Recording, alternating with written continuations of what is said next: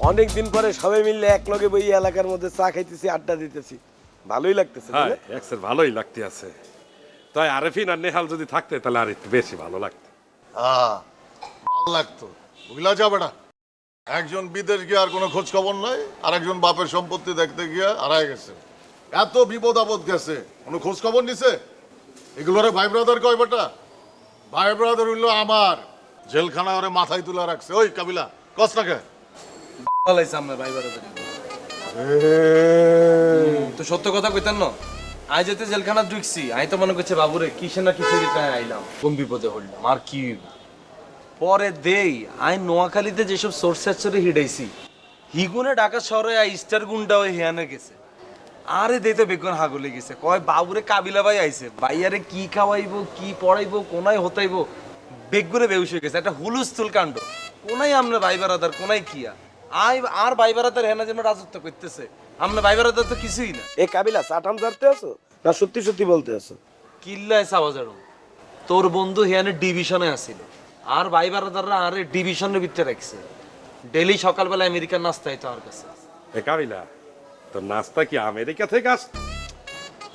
এই মূর্খ এগুলো হাইতাম না রে বাবারে, ইংলিশ ব্রেকফাস্ট ইংলিশ। কোন হানিতে কুলি করুম, কোন হানিতে আর দুইম, হানি গুণ পর্যন্ত 5 স্টার তুলে এনেছে ক। মানা করলাম এখন করিচ্ছা তারপরও এতদিন খালি পাশাপাশি চাপাবাজি করতো, এখন তুইও শুরু করে দিয়েছ।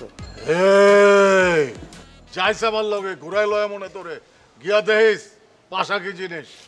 হ্যাঁ, আপনার জেলখানার রূপকথার গল্প অনেক শুনছি, এখন কাবিলাও শুরু করে দিয়েছে জেলখানার রূপকথার গল্প, বলতে থাক। আরে বেটা তুই খেলে একবার জেলে ঢুকিস, এখানে দেখবি আর ভাই বারাদার পাওয়ার কিরকম। তুই খুঁজিস চাইছে তার ভাই বারাদার অজ্ঞারও তুই খুঁজি আইতি না। দাদু বলছিলাম কি আপনি তো মনে করেন শুভরে নিয়ে জেলখানায় যাইবেন, আপনি আমার একটু নিয়ে যান, আমি তো কখনো জেলখানায় যাইনি। তুই না কাতার জেলে আসলি? হাই দাদু, এইয়া তো কাতারের জেলখানা, বাংলাদেশের জেলখানায় তো কখনো যাইনি। থানা হাজত খাটছস না? হাই দাদু খাচ্ছি। ওটা লয় খুশি থাক। আচ্ছা আমি আর নিতে পারতেছি না। এই হাবু ভাই, তুমি দাঁড়াইয়ে দাঁড়াইয়ে এগোর চাপাবাজি শুনো, ঠিক আছে? সকাল থেকে এগোর চাপাবাজি শুনতে শুনতে মাথাটা জ্যাম হয়ে গেছে, মেডিসিন খাইয়ে এখন ঘুমাইতে হইবে। ধ্যাৎ।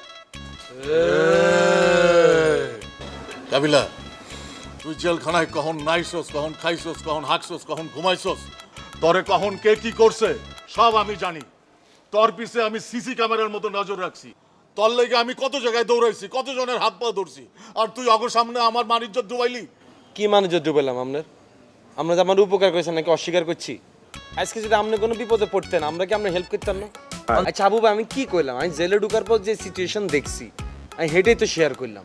আমি জেলে ঢুকার আগ পর্যন্ত জানতাম আপনার ভাই বারাদার মনে হেনকার মনে ডন, পরে দেখলাম হেনকার আর ভাই বারাদার তুলনা হয়, হ্যাঁ ভাই বারাদার কিচ্ছু না, পুরা সামসিকা দুলা পুরা।